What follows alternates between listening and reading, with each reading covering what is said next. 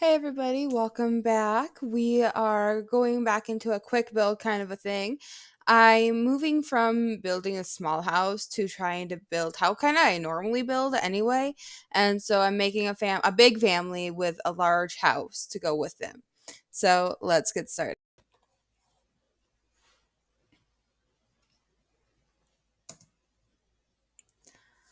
Alrighty, this is the sim that when I hit create a sim, it gave me. So I was wanting to just kind of flow off this sim. And I wanted to give him the nosy trait, and so devious and nosy, and then add other traits that seemed to fit. Dylan Snodgrass is what I named him. And I don't put a lot of time and effort into dressing the Sims that just live in the world, but the auto generated outfits never look good on these Sims at all. I've only found a select few Sims where the auto generated outfits were actually passable for that Sim. I've also been having a lot of fun with like the facial changing features of the Sims. So that's what I worked on with her. I think I named her Nancy or something. Snodgrass.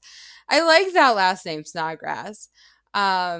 And so I kind of changed up her outfit a little bit to give her a different feel than him. I made him more fancy attire and I made her not as fancy, I guess you could say, except for her fancy one. I put her hair up and made her look really like she was going to a ball.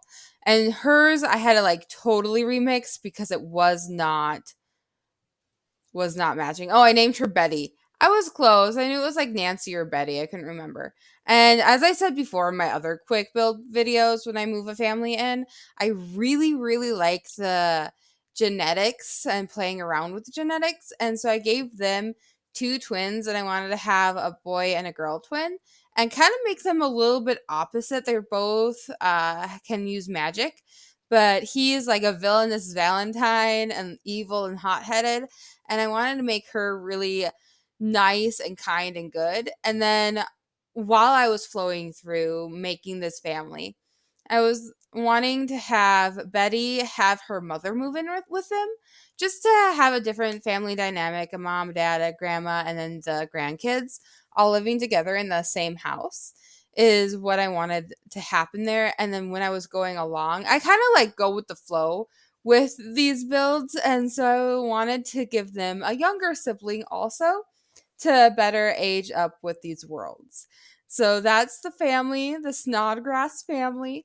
And since I made such a big family, I didn't intend to make a big family to start with.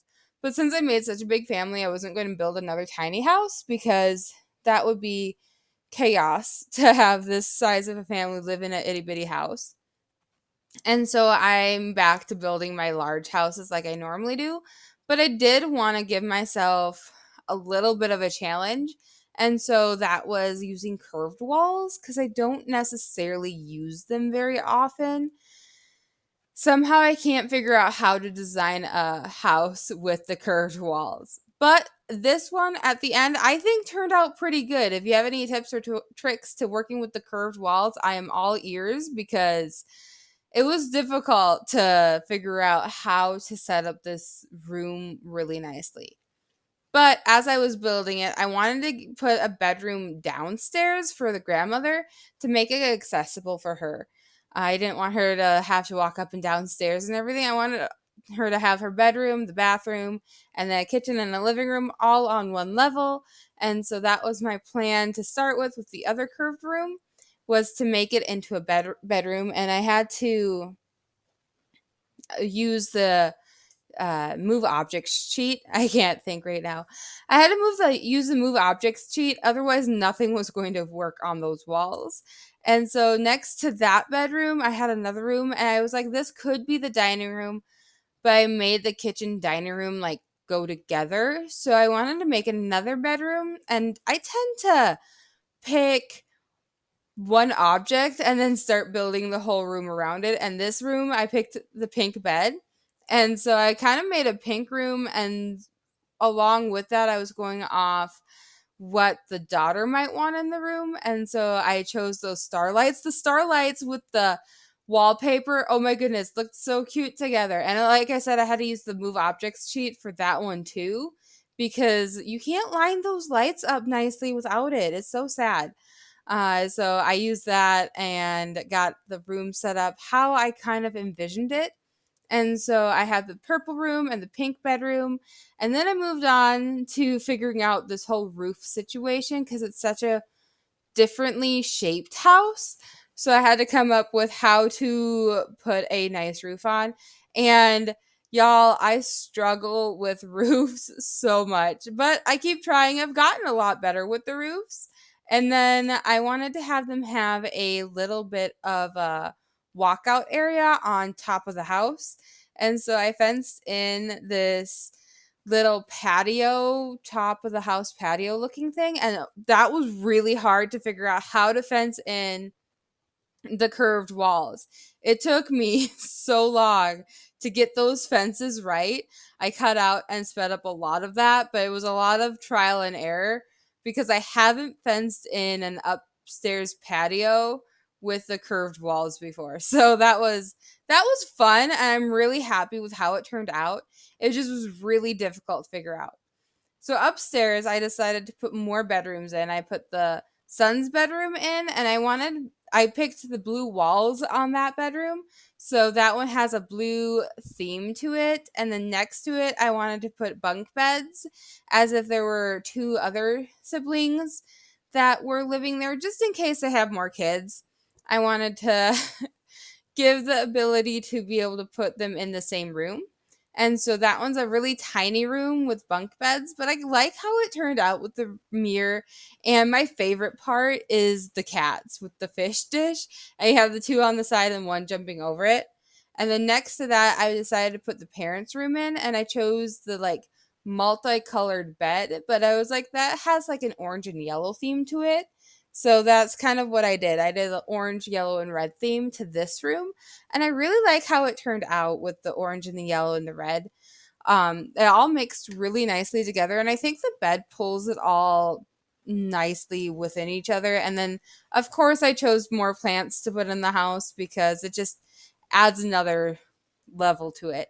And then this was a really weirdly shaped room, and I was wondering what to put in this room. And so I decided to make a game style room with a fish tank and a gerbil cage. And so then they can play some family games, watch the fish, watch the gerbils, and it would all work out really, really well. Now, outside was where I was trying to figure out what to do with this patio.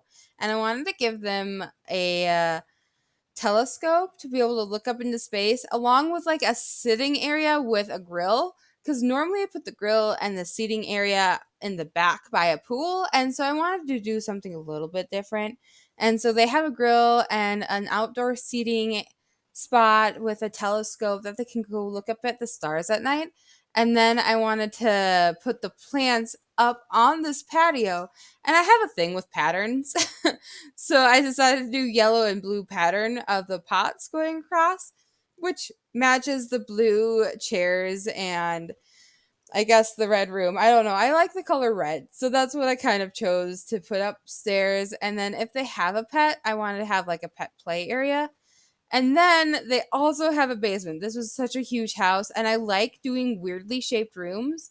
And so I started out with a hallway that leads to all the rooms. That way they don't have to walk through one room to get to the other. I've done that so many times when I was first learning how to build The Sims.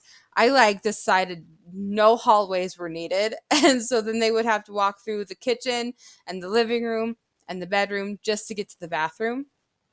And so downstairs, I tend to forget to put infant rooms in and toddler rooms, and then my Sims have kids, and then I go back and I'm like, well, they don't fit anywhere at all. And so this one, I thought ahead, and I was like, I'm putting in an infant room with the bassinets for when they're like newborns, and then also a crib for when they age up to infancy. I didn't think I needed two different rooms. I thought one room would suffice for that age. And so that's what I did. And I put a lot of different mats and carpets in just to match the theme. And I really liked this moon with the stars and like a sky theme with it. So that's kind of what I did with the little dream eating monster guy and ladybugs. I like how it turned out. And then I found the calendar, and I also found where you could do a mosaic on the wall. And so I put that there. And then I also wanted to have a toddler room just in case they adopt or have more kids. They have the ability to have a room for them. And then I don't need to rebuild the room. So I like how I turned this toddler room turned out too. I was going to put like a darker theme with like trees, and then I decided that might scare said toddler. And since I did the infant room and the toddler room together downstairs, I thought maybe having a play area in the basement in this shaped room, this square, it's not the weird shape. This square room might work well. So I gave them a little play area with crafting tables, a science kit, and then uh, a painting table with a play tent and a puppet factory area thing. So that was that idea for that room. Kind of a kids area downstairs, but then I had this weird shaped room to decide what to do with. Make it a music room. That's what I was thinking. I wanted to make this room a music room for the family to live in. And so, or not live in. Oh my gosh, I can't talk. A music room for them to level up some skills with. And so that's what I created. And then I chose a bunch of artwork that matched this room in general. So I have a lot of musical instruments all around, and I gave it like a bright and cheery look. And upstairs with the other weirdly shaped room, I decided to make it into a workout room and see how that goes. And then I added windows and some. I found these plants, and oh my goodness, I love them so much. These window plants have turned into my favorite. And so I've been putting them on all the houses that I have. And so this is the finished house that we have with the upstairs, the downstairs, and the basement. And then I worked on decorating the outside of the house with a pool and some trees, and then some bikes for them to be able to exercise with. And I really like how this house turned out. If you have any suggestions on other house builds you want me to try or any challenges, leave them in the comments below. And I will see you the next time we build another Sims house. Hey everybody, I hope you enjoyed that quick build and me kind of letting you know my thought process behind it. I am still learning a lot about building and everything, but every time I take it as a learning opportunity to try new things and see what works and what doesn't work. I have gotten so much better with roofs, so I'm really proud of myself for that. And as always, I hope you have a wonderful morning, afternoon, night, wherever you're at, and I will see you next time.